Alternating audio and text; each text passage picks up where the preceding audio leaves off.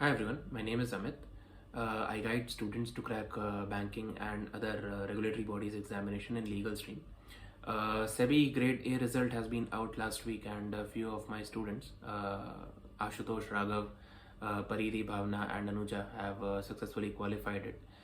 Bhavna and Anuja weren't enrolled in any formal setup of guidance, but they used to message me while they were in the preparation of the interview.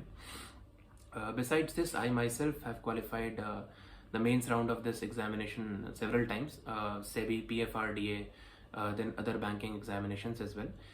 So, basis all the the learnings that I had got over the years, I made a video 4 to 5 months back when the result of the mains was out and the candidates were preparing for the interview. So I had made a video gathering all my experiences, and the candidate who were to appear for the interview, they were greatly benefited out of it.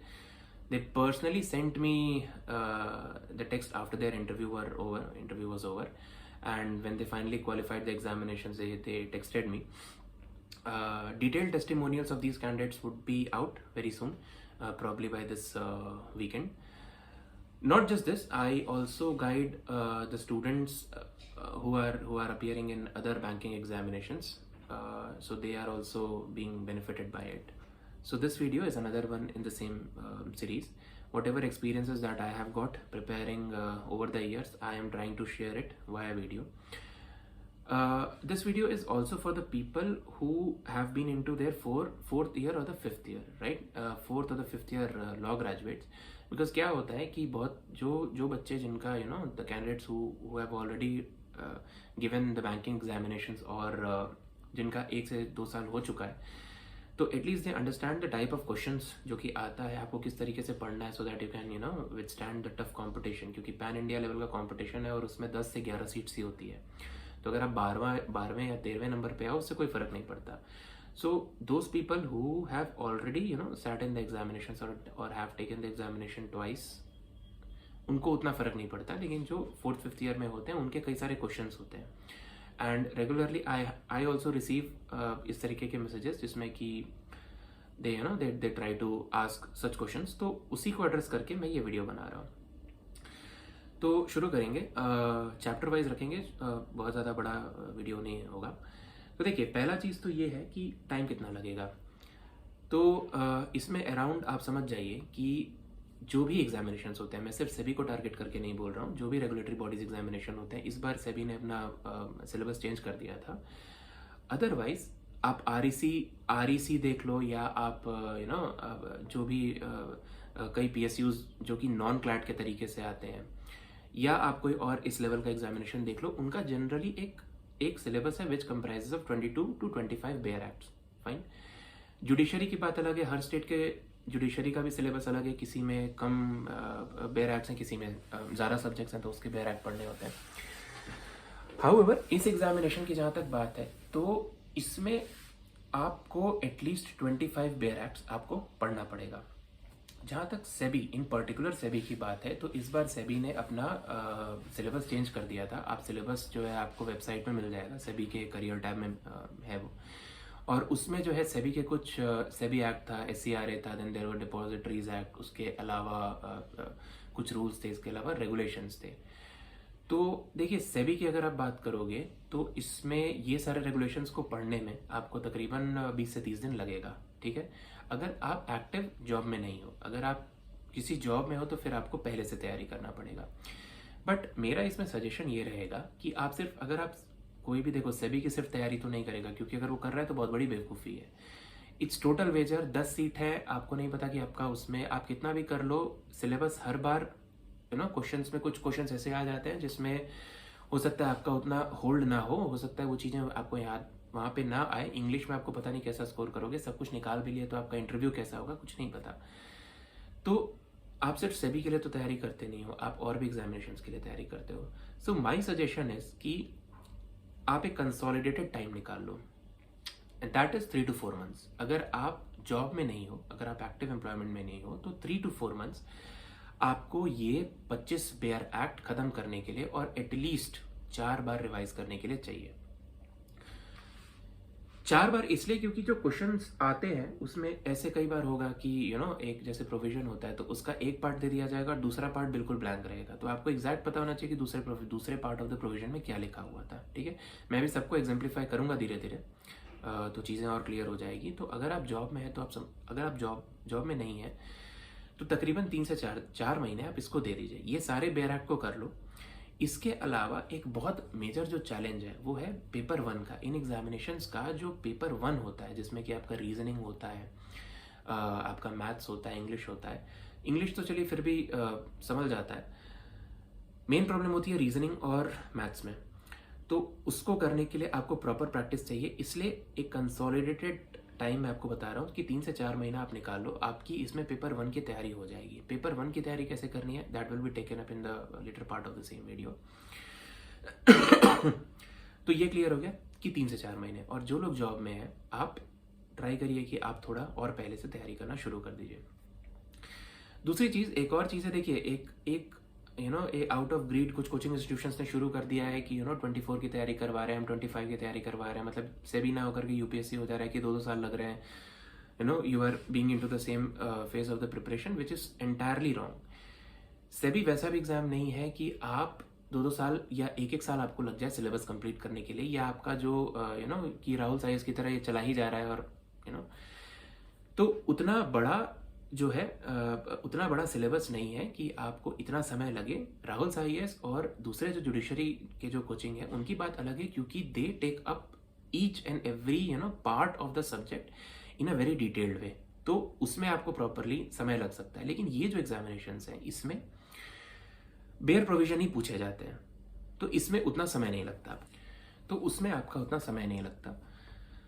Then दूसरी बात ये है कि देखिए, according to me what should be your strategy is कि जब आप graduate हो रहे हैं तो उसके बाद से आप सब जुडिशरी की तैयारी कर रहे हैं या कोई एग्जामिनेशन की whatever examination you are preparing for, SEBI या पीएफआरडीए या आरबीआई, इन तरीके के एग्जामिनेशन जब आने वाले होते हैं तो इसका इनफ जो है हल्ला हो जाता है। तो जब भी हल्ला होगा आप समझ जाइए कि उसके 3 महीने बाद ही एग्जाम होगा, 3 या 4 महीने बाद ही होगा। तो इन केस अगर सिलेबस सेम रहता है, जैसे पीएफआरडीए है तो उसमें सिलेबस आपका जो मैंने बताया 25 बेयर एक्ट्स मोटा मोटी वही आता है। अगर मान लीजिए सिलेबस में कोई चेंज है तो आपको अच्छा खासा विंडो मिल जाता है उसको तैयार करने का, राइट। तो द स्ट्रेटजी शुड बी कि सिर्फ इस एग्जाम में फोकस करने के बजाय आप जो है एक कलेक्टिव वे में you can take up the examinations. Then secondly what to read, देखिए सिर्फ बेयर एक्ट पढ़ना है और कुछ नहीं पढ़ना है। अगर आप जुडिशरी की तैयारी किए होंगे कभी, तो जो प्रीलिम्स में जिस तरीके के क्वेश्चन आते हैं कि one part of the line one part of the provision दे देगा, दूसरा पार्ट नहीं देगा, उसी को जो है कॉम्प्लेक्स वे में कॉम्प्लिकेटेड वे में उसको ऑप्शंस के फॉर्म में डाल देगा, उस तरीके के क्वेश्चंस आते हैं। तो जैसे just to exemplify I can tell कि क्वेश्चन आया था कि जैसे कॉन्स्टिट्यूशन का प्रियम्बल है तो उसमें जो अमेंडमेंट के बाद से जो 2 वर्ड्स ऐड किए गए थे, क्वेश्चन आया था कि अमेंडमेंट से पहले कॉन्स्टिट्यूशन कैसा दिखता था। ठीक है, तो वो 4-5 वर्ड का जो सीरीज है वो डेमोक्रेटिक रिपब्लिक वाला सॉरी, तो उसी को ऑप्शन बना करके लिख दिया गया था और क्वेश्चन ये पूछा था कि 2 वर्ड्स के एडिशन के पहले कौन से वर्ड्स थे, राइट। दूसरा एक example I can give you of constitution, जैसे आप अगर आर्टिकल 368 देखोगे तो उसमें 368 सब क्लॉज 4 देखो आप, तो इसमें लाइन दिया हुआ है no amendment of this constitution including the provisions of part 3। तो इस इंक्लूडिंग पे क्वेश्चन पूछ दिया गया था, इंक्लूडिंग को एक्सक्लूडिंग कर देगा, कहीं पर कुछ और कर देगा, इस तरीके की चीज़ है। सो सी सेबी एंड एलिड एग्जाम्स को निकालने का तरीका ये है कि आप जस्ट जैसा कि हर एग्जामिनेशन में होता है, start early and be consistent. ठीक है, स्टार्ट अर्ली मतलब हाउ अर्ली, 3 से 4 महीने पहले, इससे ज़्यादा नहीं। एंड सेकेंडली जो करना है वो ये कि आप जो प्रोविजंस है उसको बहुत ध्यान से पढ़ो, राइट। जैसे दिल्ली जुडिशरी का पेपर होता है कि ऑप्शंस बहुत ही कंफ्यूजिंग आते हैं, तो ऐसा हो सकता है कि ऑप्शंस कंफ्यूजिंग आए। और अगर मान लो 50 क्वेश्चन आते हैं किसी भी एग्जामिनेशन में, तो 40 क्वेश्चन हर कोई बना लेगा, उससे कोई सिलेक्शन होगा भी नहीं किसी का। इंपॉर्टेंट ये है कि आप आगे के 5 क्वेश्चन बना पा रहे हैं कि नहीं, और वो 5 क्वेश्चन जो है वो थोड़े से टफ नेचर के होंगे। तो इसलिए दिस इज इम्पॉर्टेंट कि प्रोविजन का ईच एंड एवरी पार्ट को प्रॉपरली आप पढ़ो, डिटेल्स को मिस ना करो। एक दो चीज़ जो मैंने सेबी के साथ स्पेसिफिकली ऑब्जर्व की है वो ये कि ये लोग जब चैप्टर एंड होता है ना, जैसे कंपनीज एक्ट है, companies act is categorised into various chapters, तो जहाँ पे चैप्टर एंड होता है ये आखिरी के प्रोविजन से ज़्यादा क्वेश्चंस उठाते हैं। हालांकि एग्जाम देखो IBPS करवाता है तो इसमें कोई एग्जैक्ट तरीका नहीं बताया जा सकता, क्योंकि IBPS ऑलमोस्ट हर 2 महीने में एक लॉ ऑफिसर का एग्ज़ाम करवाती है, तो कहीं पे कोई कहीं से उठा करके देंगे, कहीं पर कुछ से। इंपॉर्टेंट ये है कि आप कोई भी एरिया को मिस मत करो, क्योंकि CPC से इंटरप्रीटर वगैरह से भी क्वेश्चन आ चुके हैं, राइट। तो आप जो है, जैसे मैं बता रहा था कि जहाँ पे चैप्टर एंड होता है वहाँ के जो प्रोविजंस हैं, जो लास्ट के प्रोविजंस हैं, जनरली क्वेश्चन वहाँ से आता है कई बार। जैसे पेज है, अगर आप बेयर एक्ट के पेज में पढ़ रहे हो, जो नीचे के प्रोविजंस होते हैं ना, मैंने ऐसा जनरल नोटिस किया कि वहाँ से क्वेश्चंस थोड़े से आते हैं ज़्यादा।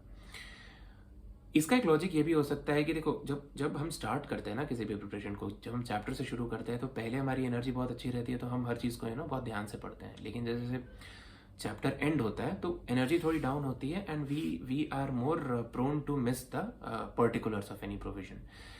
तो that's why this may be a tactic, but anyway the strategy should be कि आप सारा चीज़ों को एक साथ पढ़ें, बिना किसी चीज़ों को छोड़। Then comes the part of revision. देखिए, revision, I am not new कि मैं आपको रिवीजन करने का तरीका बताऊं। इसके कई तरीके हैं। इंस्टेंटेनियस रिवीजन, जैसे कि आप जब किसी सेक्शन को, जैसे से स्पेसिफिकली फैक्ट है, तो आप सेक्शन 1 से लेकर के लास्ट सेक्शन तक पढ़ोगे। जैसे ही लास्ट सेक्शन आपका खत्म हुआ तो आप फिर से एक बार सेक्शन 1 पे आओगे और 1 से लेके उस लास्ट सेक्शन को एक बार बहुत तेजी से पढ़ोगे, ठीक है। तो वो आपके दिमाग में एक स्टोरी लाइन, एक मैक्रोस्कोपिक पिक्चर ले लेता है हर प्रोविजन का। तो रिवीजन करने के सबके अपने तरीके होते हैं, लेकिन मेरे को लगता है इंस्टेंटेनियस रिवीजन, अगर आप बेयर एक्ट में इंस्टेंटेनियस रिवीजन का फॉलो करोगे टेक्निक को, it really responds well in the examination. बीच में फिर कई बार आप रिवाइज कर सकते हो, I am not concern. See what I want to tell कि जब आपका एग्जाम का आखिरी 10 दिन बचा रहता है तब आप कैसे रिवाइज करोगे। देखो, 2 तरीके होते हैं, या तो आप इंपॉर्टेंट सब्जेक्ट्स पहले पढ़ लो ताकि बाद का बर्डन ना रहे, या फिर आप नॉन इंपॉर्टेंट सब्जेक्ट्स को जो है पहले पढ़ लो और इंपॉर्टेंट आप धीरे धीरे एग्जाम के पास पढ़ो, ठीक है। देखो, दोनों तरीकों में फ्लॉ है, इसलिए जो मेरे हिसाब से सही तरीका होना चाहिए पढ़ने का वो ये है, you make a blend of important as well as non important bare acts. So से आप कंपनीज एक्ट के साथ पढ़ रहे हो कंज्यूमर प्रोटेक्शन एक्ट, ठीक। आप कॉन्स्टिट्यूशन का कोई बहुत इजी पार्ट जो कि आपको लंबे समय तक याद रहेगा वो कर सकते हो अलॉन्ग विथ से कॉन्ट्रैक्ट्स एक्ट या आर्बिट्रेशन, ठीक है। क्योंकि यहाँ से banking and regulatory bodies examination में क्वेश्चंस आते हैं और बहुत हैवी आते हैं, कई बार 2-2 3-3 क्वेश्चन आ जाते हैं। या फिर आप ऐसा कोई बेयर एक्ट उठा सकते हो जैसे सरफेसी एक्ट का जो लैंग्वेज है वो थोड़ा सा कॉम्प्लिकेटेड है, तो उसको आप एक इजी एक्ट के साथ कपल कर सकते हो।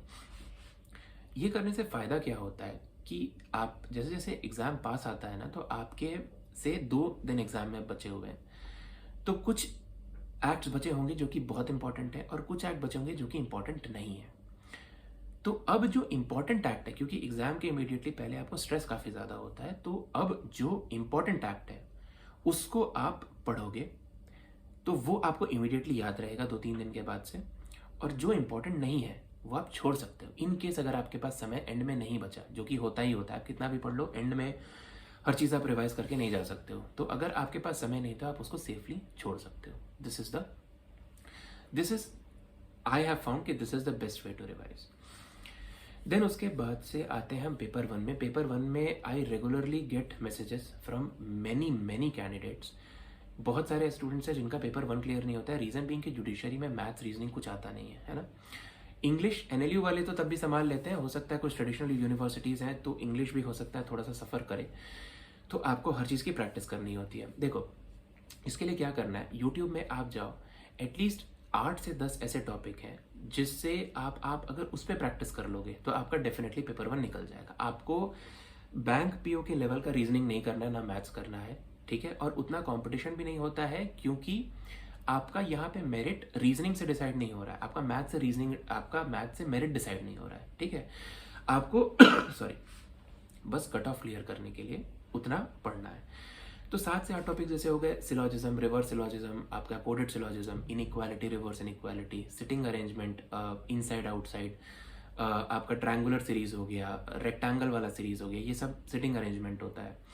इसके अलावा फ्लोर बेस्ड पजल्स हो गए, कई बार आ जाता है, ऑर्डर रैंकिंग आता है।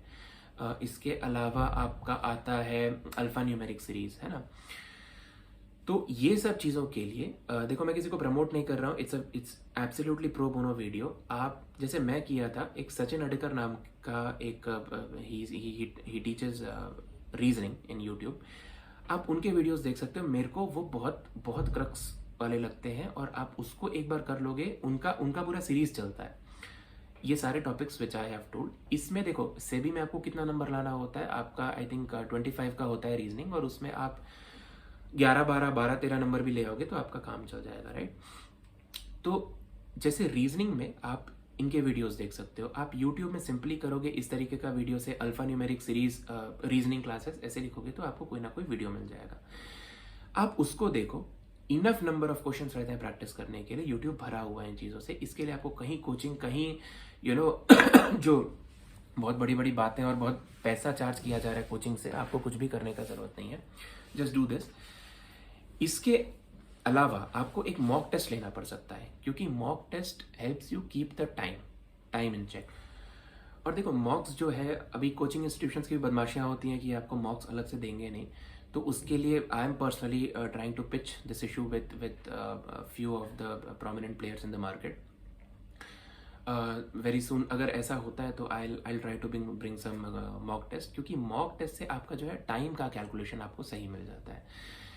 तो रीजनिंग हो या मैथ्स हो या इंग्लिश हो, आप यूट्यूब के वीडियोस देखो प्रॉपरली, आप 2 से 3 मॉक्स अटेम्प्ट कर लो, आपका काम उसी में चल जाएगा, क्योंकि आपका मेरिट नहीं बनना है इस एग्जामिनेशन से, in this segment of the paper, इससे आपका कोई मेरिट नहीं बनता है। तो this, even if you clear by very tiny marks, that works.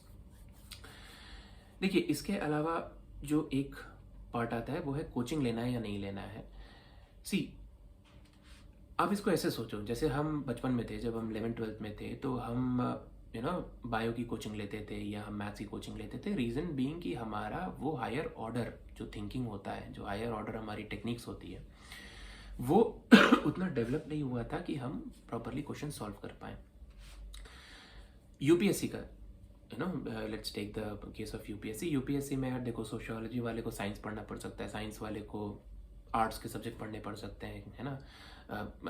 किसी जर्नलिस्ट को जो है लॉ ऑप्शनल पढ़ना पड़ सकता है। तो इसके लिए क्या होता है, somebody who has already walked the path, वो आपके लिए थोड़ा सा चीज़ों को ईजी कर देता है। आप यहाँ पे देखो, अगर जुडिशरी की बात करो तो तब भी जो मेंस है, मेंस में आपको थोड़ा सा कोचिंग वगैरह की ज़रूरत पड़ सकती है, क्योंकि उसमें ऐसे कई टेक्निक्स होते हैं जिससे आप लिखोगे तो आपको थोड़ा सा नंबर ज़्यादा मिल जाएगा। लेकिन फॉर दोज एग्जामिनेशंस जिसमें कि सिर्फ बेयर एक्ट आ रहा है, उसमें आपको कोई कोचिंग की ज़रूरत नहीं है। वेरी ऑनेस्टली, लोग निकाल रहे हैं, बिना कोचिंग के निकालते हैं, ठीक है, वो बाद की बातें हो जाती है कि हम यहाँ कोचिंग लिए, वहाँ लिए, पर उसकी एक्चुअली कोई ज़रूरत होती नहीं है, ठीक है।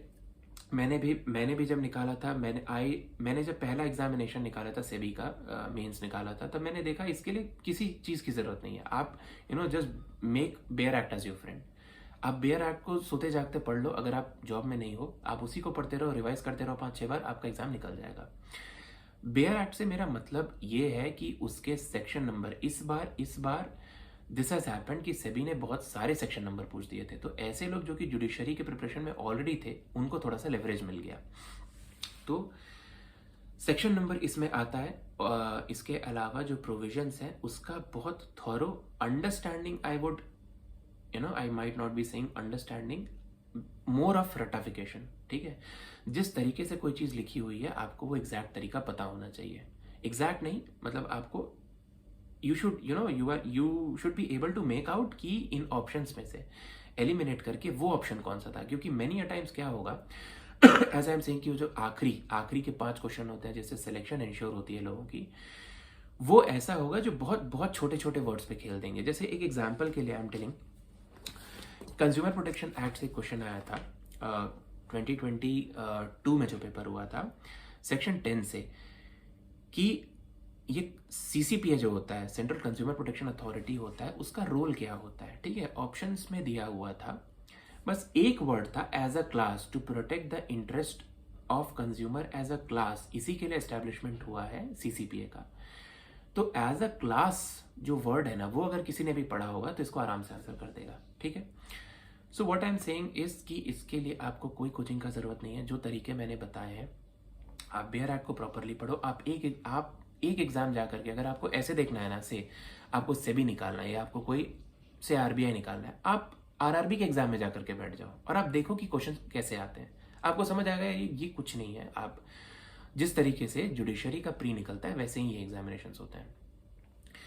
तो आप उसको एक बार, the provisions have to be read well, और ये एक बार हो जाए, जो पेपर 1 का what I have told in the video, आप उसको एक बार कर लो और एक मॉक ले लो। एग्जामिनेशन जब होता है तो आप मॉक ज़रूर लेना, एटलीस्ट 2-3 ले लेना लॉ के, और आपका रीजनिंग है उसका जो है, अगर कहीं से भी कोई भी कोचिंग इंस्टीट्यूट आपको अलग से मॉक प्रोवाइड करता है तो वो ले लेना, which helps you keeping the time.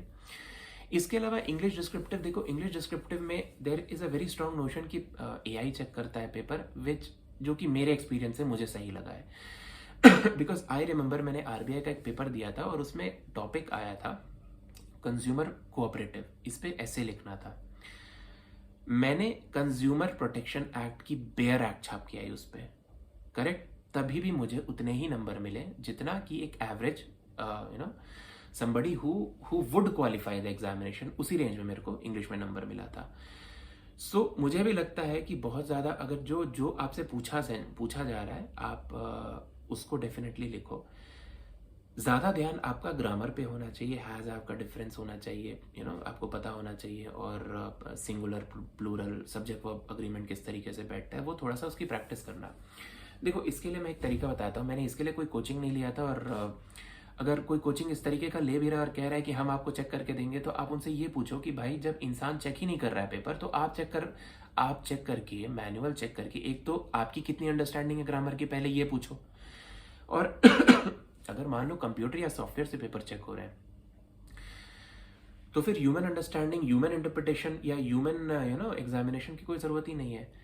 What you do is, आप ग्रामरली पे जाओ। आप कोई भी टॉपिक को लिख रहे हो, आप बस उसको कॉपी पेस्ट करके ग्रामरली पे उसको आप पेस्ट करो और देखो कि आपको कितना मार्क्स मिल रहा है।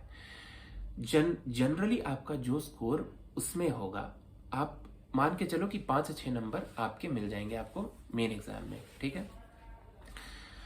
जैसे मैं चेक करने के लिए क्या करता था कि हिंदू के जो आर्टिकल्स होते हैं, हिंदू के एडिटोरियल कॉलम में जो आर्टिकल्स होते हैं, उनको मैं कट कॉपी पेस्ट करके एक बार ग्रामरली में चेक करता था, और उसका स्कोर 90-95 होता था, 90-92।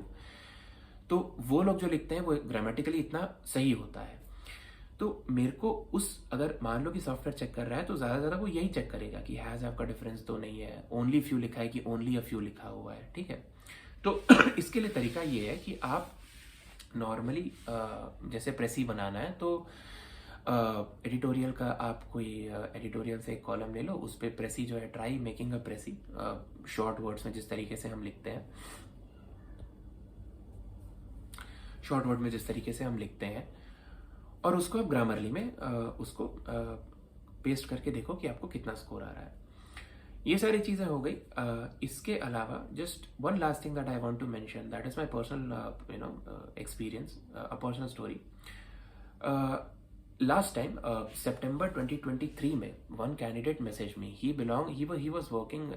was working somewhere, and along with he was preparing for SEBI in general stream. Somewhere in 2022, one of a very prominent coaching institutions, उसमें से जो है किसी ने बोल दिया कि सेबी आ रहा है, एंड इस चक्कर में this guy left his job and he started to prepare for SEBI with his giving his whole heart into it. और प्रीवियसली इट वाज टोल्ड कि जनवरी 2023 में नोटिफिकेशन आ जाएगा। जनवरी से अप्रैल आया, अप्रैल से सितंबर आया, सितंबर से अक्टूबर आया, नोटिफिकेशन नहीं आया, ठीक है। This guy texted me and he was appearing in general stream, and he was just asking me if I have any idea कि एग्जामिनेशन कब होगा या नहीं होगा। And just understand his craziness, his madness, that he told to me that he has written to son of Madhavi Puri Booch, who somewhere studies in US or something, or who somewhere he works in US. उसने उसको text कर दिया था कि exam होगा या नहीं। सी, देखो, कोचिंग्स अपना काम कर रहे हैं, अपने फ़ायदे के लिए चीज़ों को करते हैं, और अगर कोई इन्फॉर्मेशन ला रहे हैं वो, तो हो सकता है कुछ इन्फॉर्मेशन उसमें से गलत हो जाए, ठीक है। इसका ये मतलब नहीं है कि मैं उस पर ब्लाइंड फेथ करके जो है एग्जिस्टिंग अपॉर्चुनिटी को जाने दूंगा, या कोई एग्ज़ाम आ रहा है तो मैं उसको नहीं दूंगा। सेबी या जो पीएफआरडीए या इस तरीके के एग्जामिनेशंस हैं, ये बहुत अनसर्टेन है, और इनका एग्जामिनेशन भी जो होता है वो कई बार 2-2 साल पे होता है ना, 1.5 साल 2 साल के बाद। और you will often find for that coaching institutes doing this for their personal gain. They will, वो आज से कहना शुरू हो जाएंगे कि एग्जामिनेशन आ रहा है, आप 24 के लिए तैयारी कर लो, 25 के लिए, 26, 30 के लिए कर लो। आप उसमें मत जाओ। The better way is to prepare for judiciary and keep preparing for these examinations, क्योंकि आप उसके लिए तैयारी करते हो तो इनकी तैयारी ऑटोमेटिक हो जाती है। जिस दिन भी आपका नोटिफिकेशन आएगा, आप यू स्टे कॉन्फिडेंट कि 30 दिन में आपका प्री होगा, आप आराम से पढ़ के उसको क्लियर कर लोगे, अगर आप हैबिट में हो पढ़ने के। और उसके बाद प्री के बाद से मेंस का जो टाइम होता है, जिस दिन आप एग्जाम दोगे आपको समझ में आ जाएगा कि आपका एग्जाम निकलेगा या नहीं। और उसके बाद से जो भी आपका 30 दिन होता है, उसमें सफिशिएंट टाइम होता है उसको तैयार करने का। तो आप दूसरे एग्जामिनेशन की तैयारी कर सकते हो, साथ में जो है सेबी पीएफ वटेवर सेबी या और भी जो एग्जामिनेशन है उसमें आप जा सकते हो। इसके अलावा if you have got any query, जैसे मैं जनरली इंटरव्यू के लिए गाइड करता हूँ, तो अगर आपका मेंस निकलता है, you can personally contact me. इसके अलावा भी अगर आपके कोई क्वेरीज हो, you can personally reach out to me. मैं अपना टेलीग्राम जो लिंक है ये नीचे प्रोवाइड कर दूंगा, आप वहाँ से कनेक्ट हो सकते हैं मेरे ग्रुप पे। Regularly I post valuable if there are articles or there are other playlist of the subject matter, तो मैं वहाँ डालते रहता हूँ। अदरवाइज आप मुझे पर्सनली टेक्स्ट कर सकते हैं टेलीग्राम आईडी से, मैं here it is given. I will try to solve whatever concerns you have. Thank you.